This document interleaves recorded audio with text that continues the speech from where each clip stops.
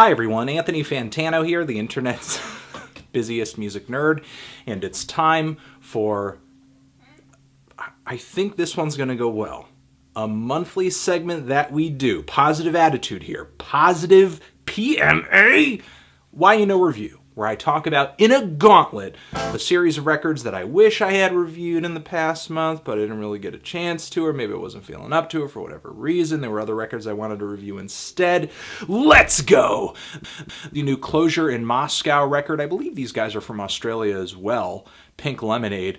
A lot of people have been asking me about this record, but I'm just not seeing what's so special or interesting about it. It just kind of sounds like I'm listening to Mars Volta with Portugal the Man, and really, that's it. It just feels like they're pulling from these two bands' styles. So obviously, they're yet to really come through with a sound or even a songwriting idea that is distinct, that is really their own or is memorable. I even think to a degree they are not even as interesting as those bands, even though I do think in a sense they do their sound justice. It's not like the production is terrible or anything like that, but I'd rather just listen to Portugal the Man and Mars Volta. Next, the new Atmosphere record. Didn't like the lyrics on this. A lot of the time. Cringing at so many bars on this record. That's all I can really say about it. The beats, for the most part, were fine. Production was fine. But just so many cringe-worthy moments in the lyrics, a lot of which I don't have the time to go into because this is a Why You Know review.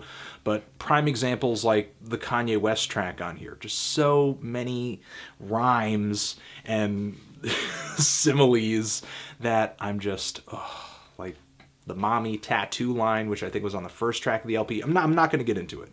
Just wasn't liking the lyrics. I just think Atmosphere's done better. Next, the new Young and In the Way record. If you're looking for something bringing together crust punk, hardcore punk, and black metal, this thing is furious. This thing is head-crushing. It is so fast. It is Black Thunder. There are some tracks on here that I don't think are that memorable. There's one track in the middle of this LP where it just switches from this really fast-paced song, literally just like a bad edit in the middle of the song, then directly going to something very ambient and spacious. I like that a band that gets this loud has an appreciation for atmosphere and subtlety and more dreary sounds and melodies. It definitely brings some variety to this record. Not always in the best way, because there is a terrible interlude track toward the back end of this thing, but it does end with a very powerful 9-minute song. All that being said, it's a pretty decent combination of these black metal and hardcore punk flavors. I didn't love it, but I do endorse it, as well as the new KISHI BASHI record. If you're looking for a lot like that Owen Pallett record, I mentioned KISHI BASHI in the review I did for Owen Pallett. If you're looking for something lush, lavish, but much more poppy and upbeat and friendly and smile-inducing, the colors on this record are much more just playful. Do get into this record. If you're looking for pop music that is ultra layered, ultra orchestrated, very dense and very fun, then listen to this KISHI BASHI album. The new METRONOMY record, these guys are a pop outfit hailing from the UK. I thought there were a few singles off of this thing, especially the song Love Letters, the title track from this record, that I thought were fantastic. Sounded kind of like an ABBA song, but maybe stripped back to its barest of elements. But on this LP, even though there are songs on here that I liked, that I thought were good, I was kind of being held back by the same stuff I didn't quite enjoy about the band's previous records. And I think sometimes their production, sometimes their instrumentation, and even their singing performances, even though I think Metronomy come together and they write some great songs, the way they execute their songs and the way they record them can be a little shoddy sometimes. And I think it ends up hurting them in the end, because I think these flaws, I think these shoddier characteristics don't really end up working in their favor in a cute or endearing way. The new Intuition and Equilibrium record. Equilibrium, producer, Intuition, West Coast rapper.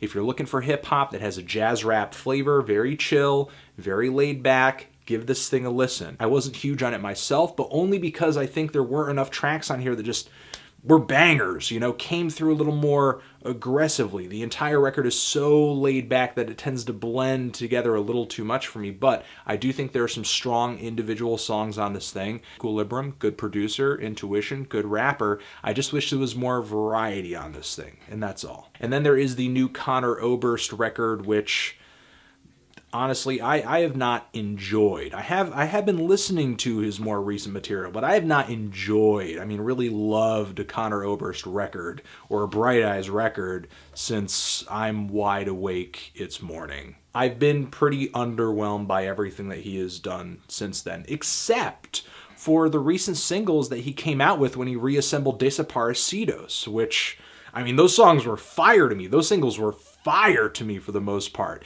He seemed way more passionate. He seemed way more driven on these tracks. He was just so worked up, and it felt like his lyrics just had so much more purpose to them, especially as he was attacking some political issues in some of the songs that he was writing for this reassembly of the band.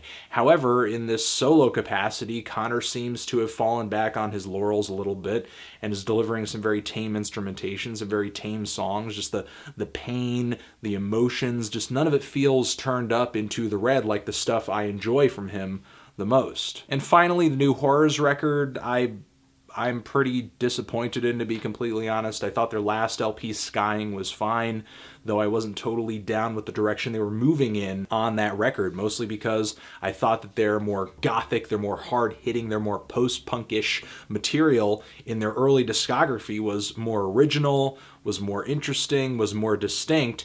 Now, I feel like with this record, they've made a full transition into just sounding like a really boring dream pop shoegaze cover band of one of the more popular groups that came out of the UK or Glasgow in the 80s or 90s. Right now, this is the Horrors at their least interesting, and it's kind of painful to listen to as a result. I also gave a listen to the new Plaid album, thought there were some interesting electronic compositions there, some of which are very glitchy, oddly grooved, but I didn't think the soundcraft was all that novel or exciting on this thing. I didn't think the textures were all that vibrant or novel, sort of a redundant thing I just said there, but I digress. There were some quirky, playful tracks on here that I thought were fun, that I thought were interesting.